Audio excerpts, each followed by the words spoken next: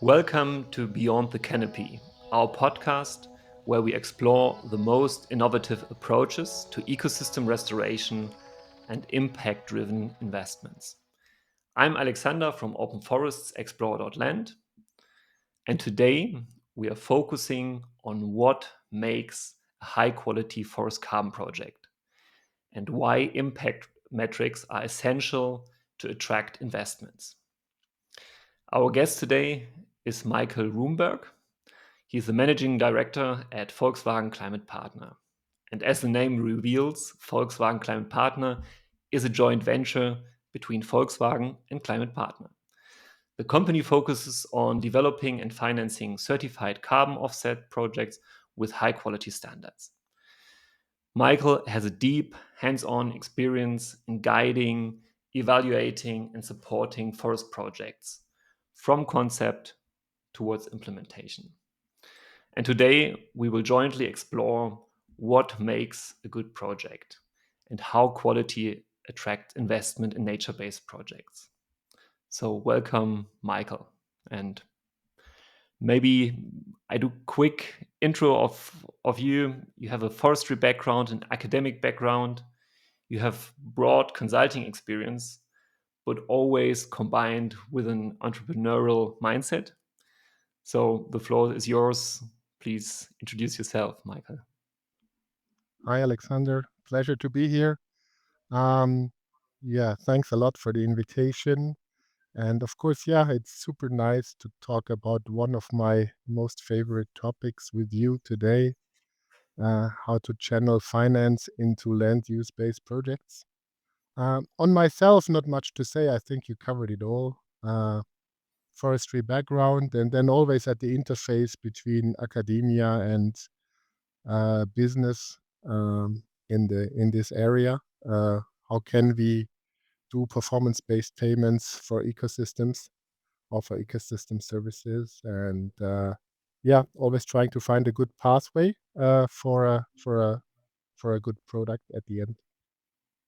Yeah, great. I think then we are ready to dive into the topic of today. So, what makes a strong forest carbon project? And really, let's start with the fundamentals. In your experience, what defines a good forest carbon project, and what should project developers get right from day one? Yeah, I mean it's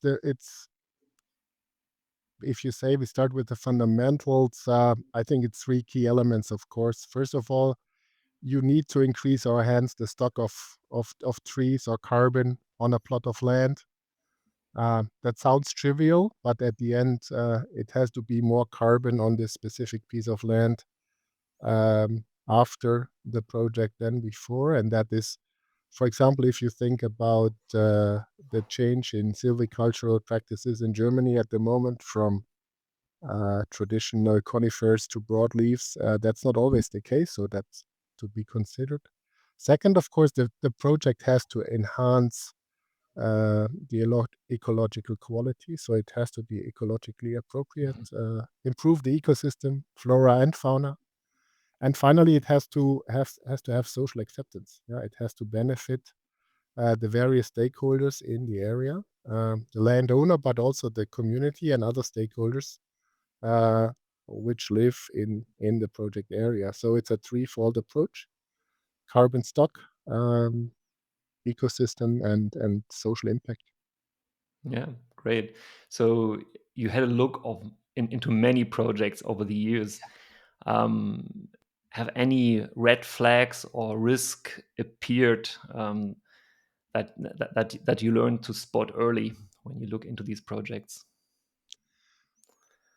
I think all these projects are full of risks. That's the nature of land use based projects. I think it's important to understand very early in the project the various dimensions. Yeah. So Mhm. what, why do we talk about a project at all? Is there a problem? If there is no problem, there is nothing to solve. So we need a driver for making a change or initiating a change. Um, the second point then in terms of risk is there is the community, are the people willing to do this change? If the willingness is low, then it makes no sense to initiate project activities. And then, of course, all the project-related risks in normal implementation. And I think what is important is to see that there are always conflicts, yeah, from day one. Yeah, so you need a kind of a matrix of interests, who wants what, and then you have to see whether you can align these interests Yeah. or whether they're so conflicting, so fundamental that it's not solvable by a project activity, but needs other measures. Yeah, great. And when you're evaluating these projects, so usually you might get a proposal or someone submits some information to you and you start with a desk review. Um, what are the things that can be evaluated from the desk, and what needs to be checked maybe before a final decision during a field visit, so, which would go otherwise maybe unnoticed here? Mhm. I mean, first of all, maybe go one step back, Alexander, and just think about uh, how we come into contact. I mean, normally we come into contact via Kickstart, by an email, by two people meet, or we get something in writing, or we reach out and ask for proposals. And I think the first step is to establish then a relationship with the local project developer. And I talk specifically about a local project developer because, of course, there are many people in the market who have the claim to be a project developer. But if you look closer, they are kind of intermediary, which also Mhm. have its rights and functions, Yeah. but which is not the people on the ground who do the project. So when we focus on the local project developer or partner, Mhm. we need to establish this relationship, and we need to understand whether we understand each other. Yeah. So whether they understand what we want and we understand their needs. And then we look at the project.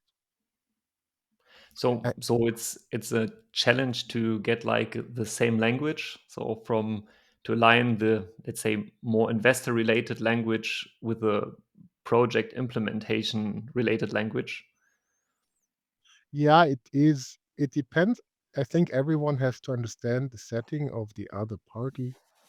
Uh, they will, for our partners, it is necessary to understand our needs, and we can come to our needs in a minute. And but we also have to understand them and their history. Have they done such a project before?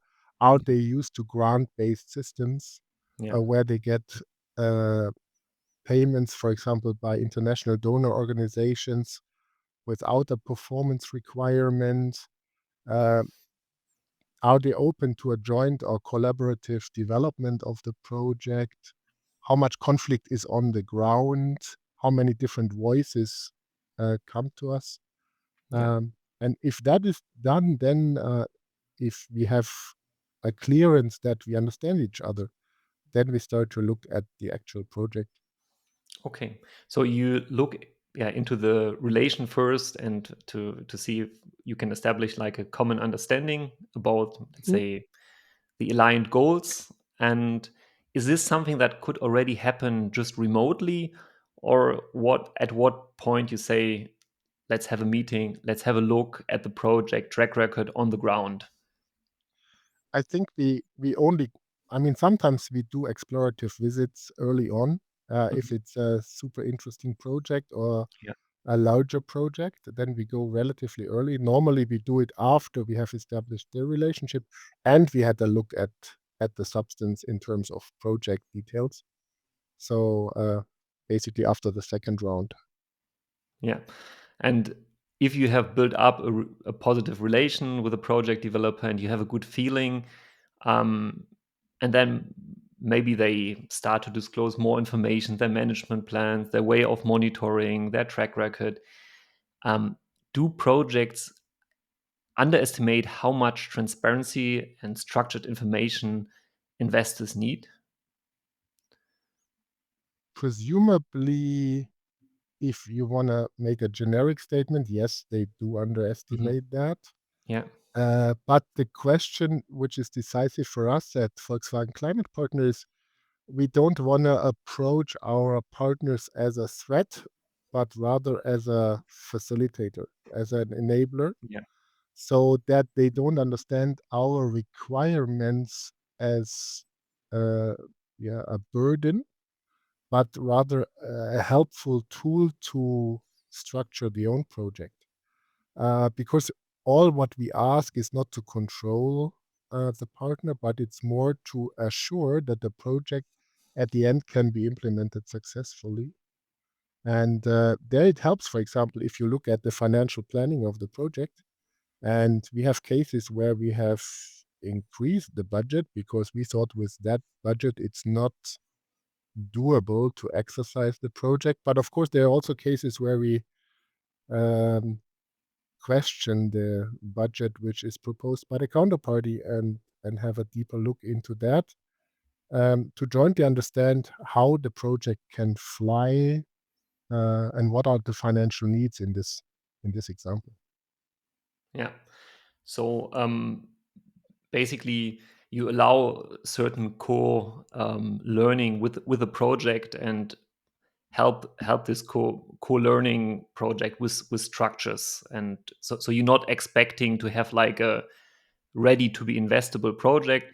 So you also support the project with your experience, with structure, with with learnings from other projects to maybe benchmark them with other projects to get them over the finishing line. So, Yeah, I think it's two elements. One is the project itself. Is that a good project or has the potential to become a good project? The second is the organization. And does this organization have already the skills? Then, of course, it's a plus. Yeah. If they yeah. understand the methodology, if they understand the regulatory requirements. Uh, but if they do not understand that, we are happy to take a journey together and travel and co develop. But of course, it requires also from the partner the willingness to be on this journey with us and have a steep learning curve. Yeah. Yeah, so basically you mentioned first of all you establish the, let's say, common understanding, and then you start to look a little bit deeper in what's there, what's the management plan, what's the track record of the project. Um, are there any specific tools you're using, like scoring metrics, specific interviews? You do GIS analysis to check out the project before? How does the work, let's say, the information work that or the information that you establish? What are the components? Yeah. In terms of in terms of assessment, we do an initial assessment right at the beginning by our project managers just to screen some basic aspects. Afterwards, I mean, we do it a little bit chapter by chapter. We look at the legal context of the project. So, who owns the land? Who has the right to the land? Who's entitled to drive change in this area, as examples? We look at the communities, and we look at the social context of the land. Are there existing conflicts? And such work, for example, is mostly done by desk review or, of course, by on-site visits. Mhm. Um, if we talk about environmental aspects of the land or the baseline determination and the project scenario, so how much carbon can be stored, Yeah. if we do the project or if we don't do the project, of course, we use tools from geospatial analysis. We also ask third-party help on the legal side as well as on the analytical side. We work with partners here. Um, what is an important aspect for us is always the KYC, also so the counterparty profile with whom we work. What is the track record of these people? But Mhm. the counterparty does the same with us, yeah, so it's mutual. They Yeah. also check who we are and what we do and whether we have the stability to support them in the next 10 or 30 years. Yeah. Yeah, so I understand it's really a collaboration on an equal footing. No? So it's not that the big investor from Germany comes and create some some contracts just to get carbon credits. It's really like a mutual development, because it's like a long-term development. So you cannot quickly get some carbon credits. So if you want to avoid reputational risk, if you want to develop quality, I think this is something that just can happen in a close, transparent, and reliable partnership. Yeah. It's not even, I mean, it's collaboration, I said that before, but Mhm. at the end, the project, that's at least my firm view, has to be Yeah. run by the people in Mhm. the region.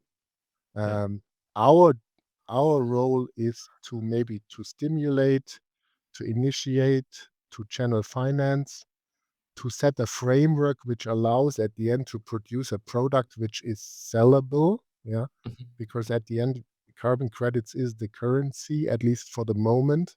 Maybe in the future we have other currencies as well, but to produce a currency which is sellable and which allows a permanent financing of the project. And that is our role to be like a guide, like a co-pilot. Um, but if the team on the site, if the local community doesn't want to do it or is not clear on their pathway, Yeah. there is not much for us what we can do Yeah. because we don't do heavy interventions Yeah. in the project regions. And how does a collaboration look like typically? So you sign a contract, and then there are reporting requirements from the project towards Volkswagen Climate Partner. So how do you track the progress so that basically the initial alignment, the set goals, are also met in reality? Maybe first on the monitoring phase. During the monitoring phase, we have a reporting obligation, of course, Mhm. and on a in a certain regular interval, depending on the project type, we ask for information. We also go and meet in the project area, or we meet at other places to discuss the project's progress. Uh, we also discuss the issues because every project, of course, has in the implementation phase some issues or problems. We differentiate between expected problems and unexpected problems Mhm. because each project type has its own risk matrix, so to say. But then there come also surprises, and we try to manage that jointly by a good connection. Mhm. And at the same time, we also have a clear legal and communication framework. So we also very explicitly state what are no-go areas for us Mhm. to make that clear from an international buyer's perspective, maybe.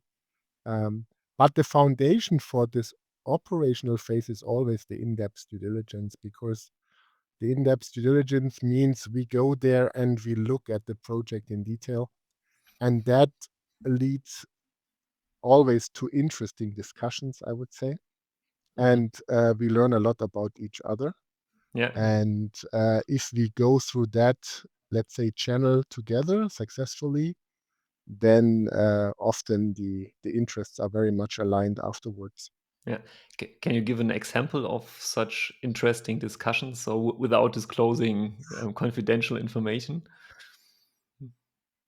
It's simple things like the planting structure or rhythm of when we plant, where we plant, which areas are worth to be protected, what sense-making agri products are to be used in agricultural or agroforestry Mhm. projects.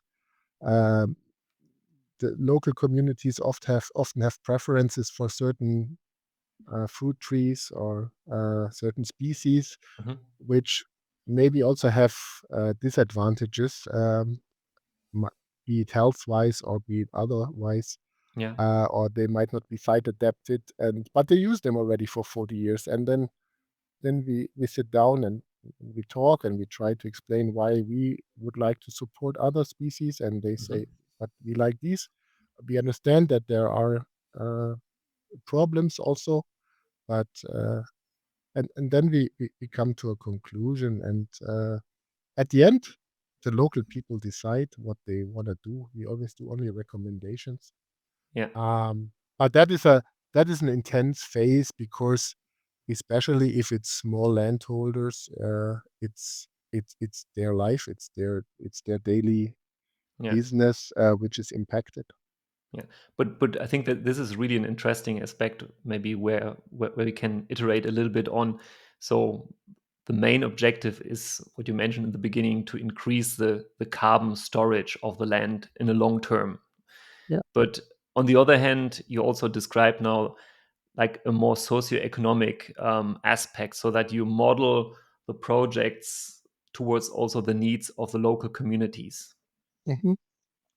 And I mean, that is the whole question. Is to me always, or that's the key question, if we can solve that. If we increase the carbon stock, and that means a change in how we operate on the ground in this particular plot of land, is it aligned with the ecological and socioeconomic needs of the community?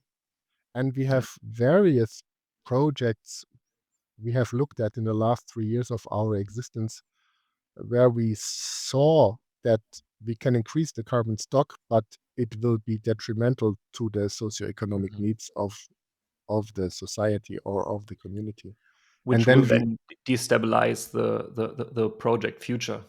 Yeah. w- and then we explain that and we make that transparent from our side, but then we cannot do a project because it's Yeah. not.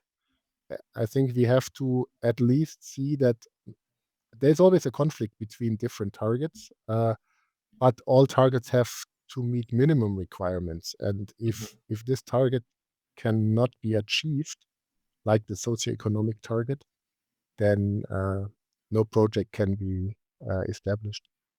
Yeah.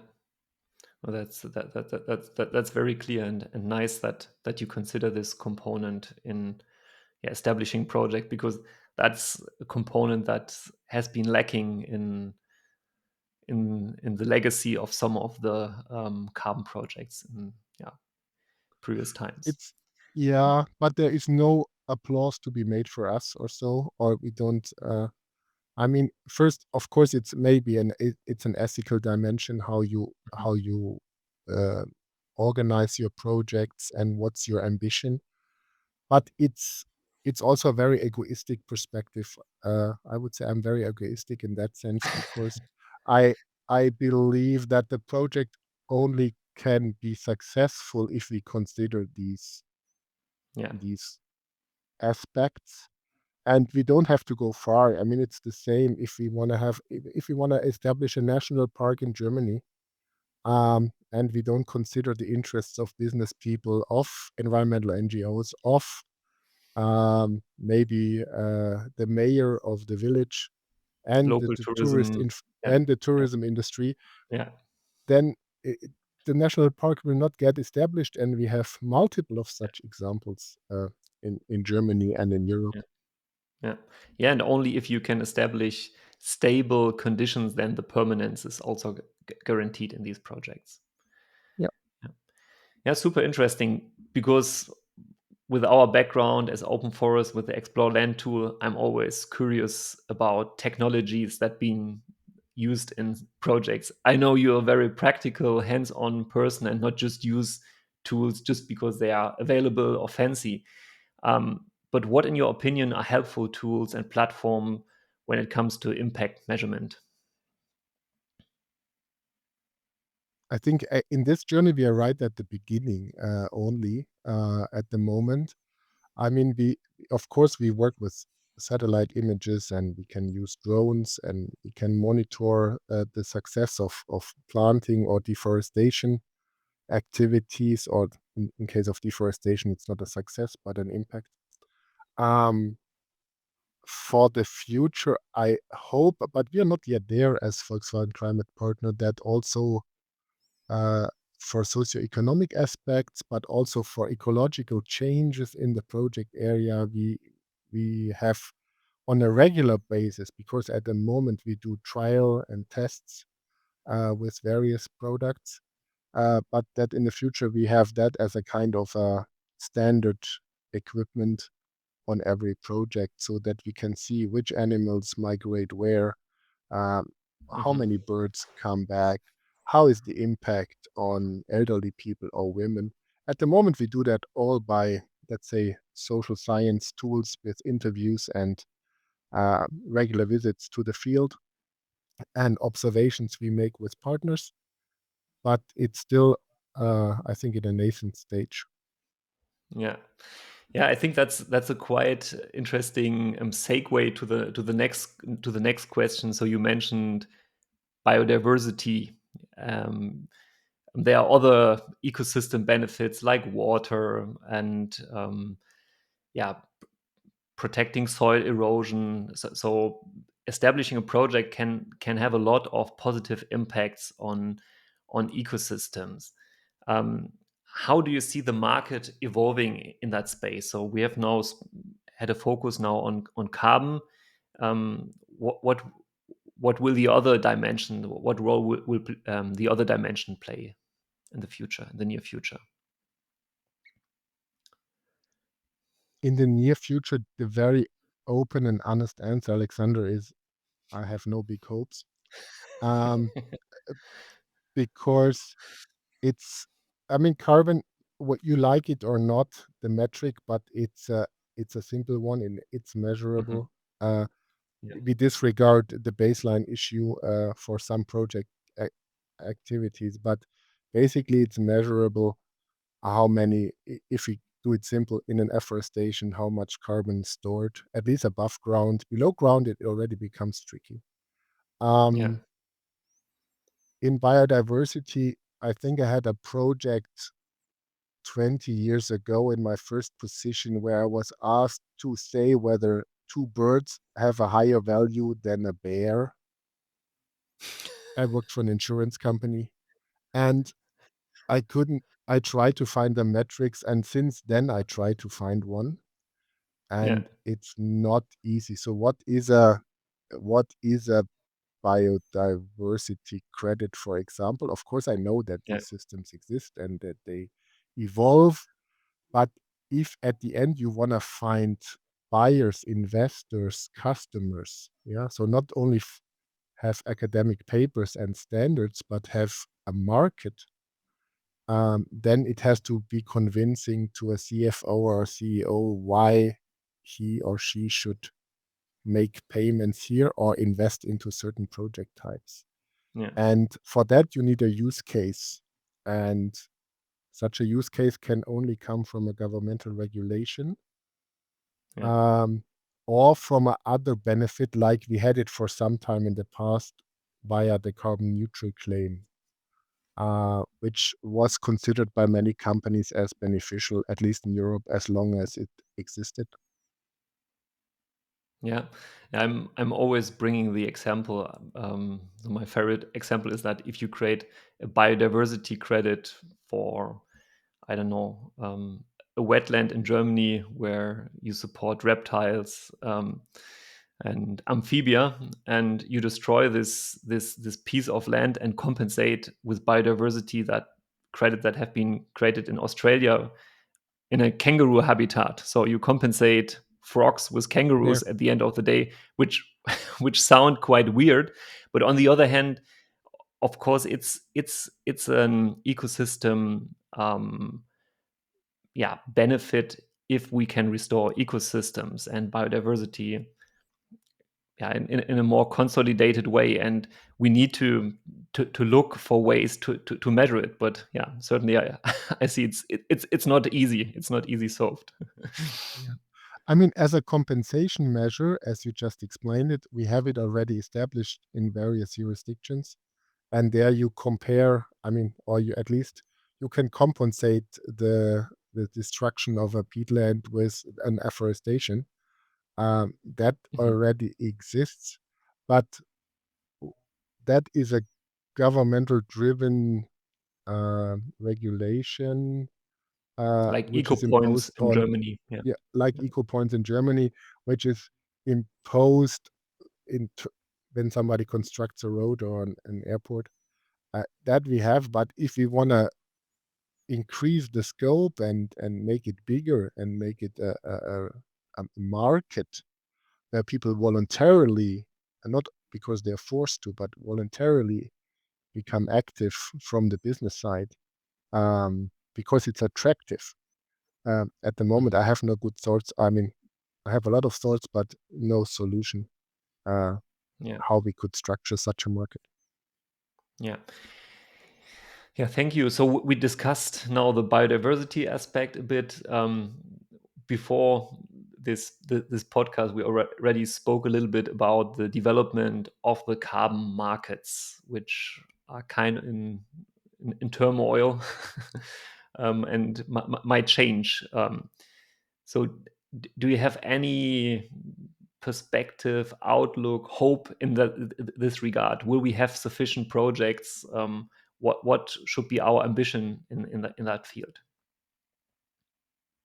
Mm, I'm not afraid that we don't have sufficient projects. I think I see so Okay. many interesting initiatives, so many talented people, so much engagement in regions that Mhm. I would assume we have a sufficient inflow of project ideas. Um, Whether a project by project approach is an efficient way to drive a market, that's a different topic.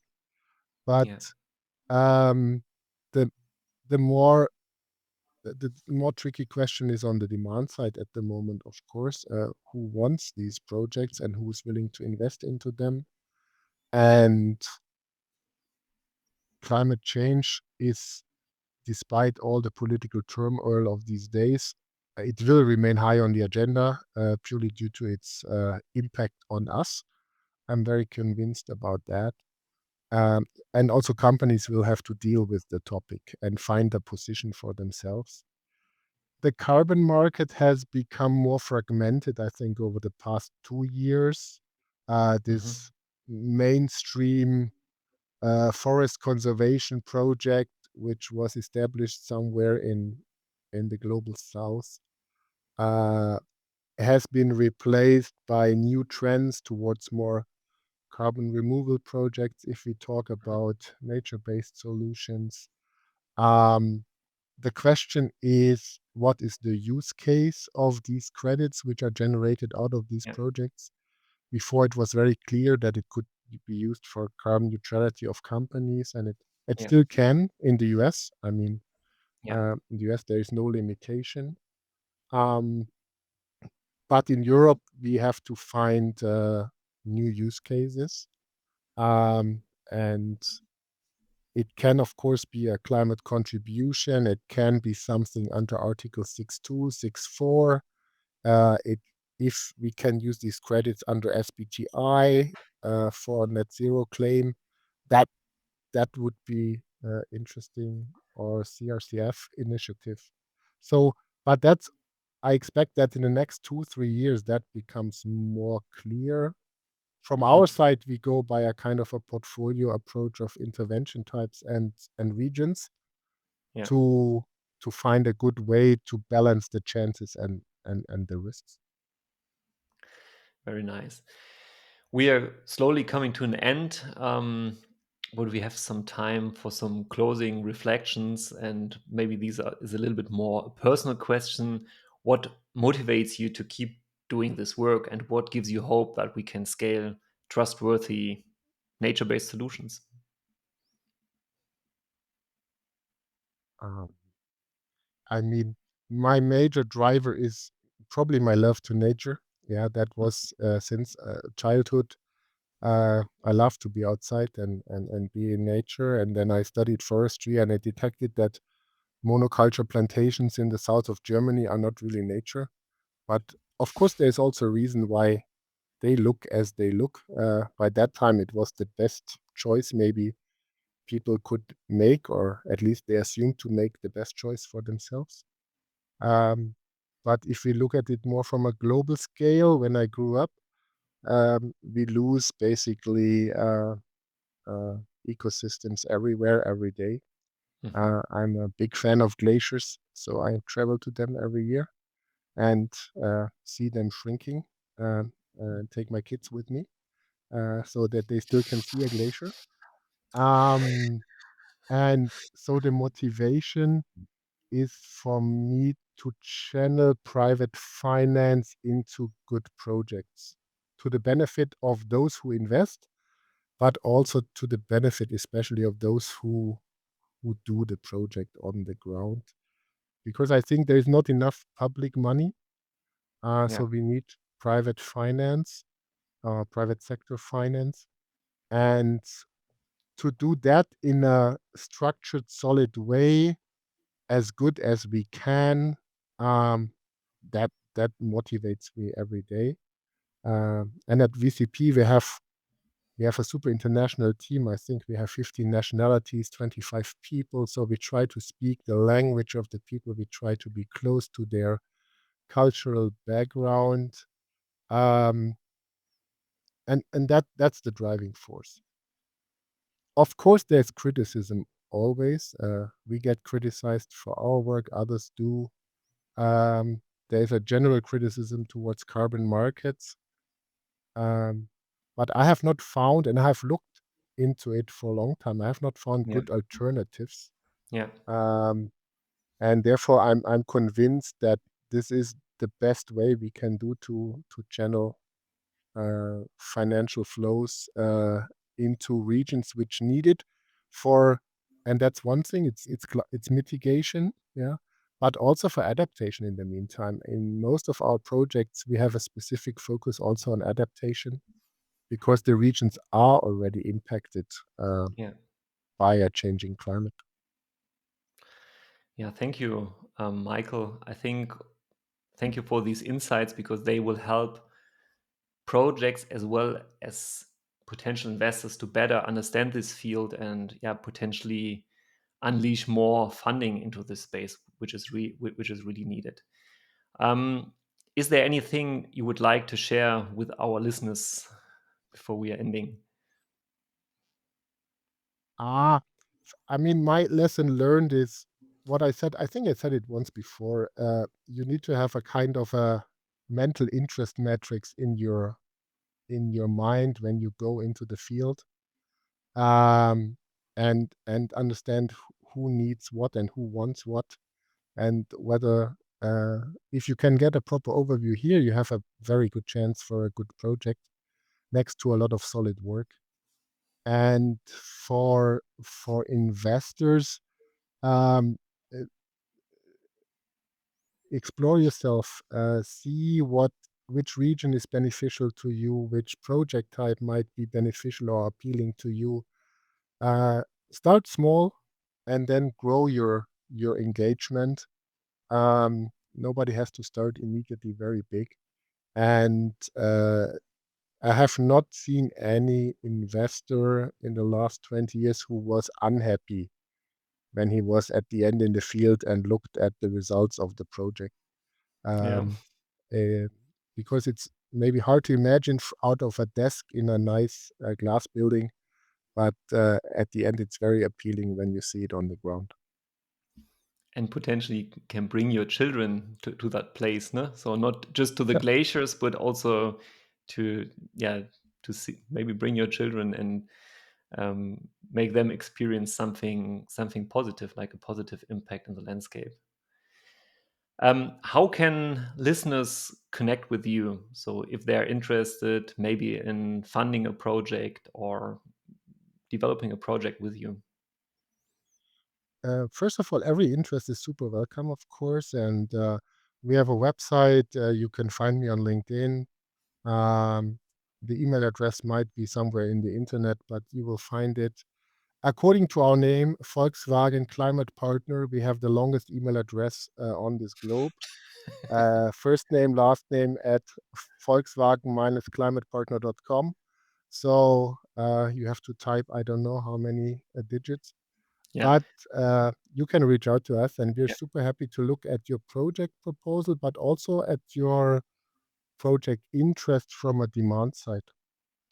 Great. We will also put your website into the show notes of this episode. Thank you so much, Michael, for sharing these insights. Thanks for having me, Alexander. You're Bye. welcome. And to all Forest Carbon Project developers, build strong plans, show clear impact, be realistic with your numbers. It really helps investors to see the value and decide faster, because transparency builds trust, and that's how we can scale high quality nature-based projects. And to our listeners, thank you very much for tuning in. Let us know what you think in the comment sections, and stay tuned for our next episode, where we continue exploring game-changing approaches for a more sustainable future. See you the next episode.